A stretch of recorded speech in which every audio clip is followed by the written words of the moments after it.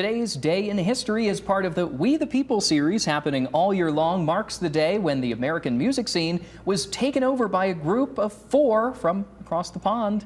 August 19th, 1964, the Beatles traveled to California to take the stage at the Cow Palace in San Francisco, marking the opening night of their first ever concert tour in North America. The Beatles took America by storm during their famous first visit, wowing millions who watched them during their televised appearances on The Ed Sullivan Show.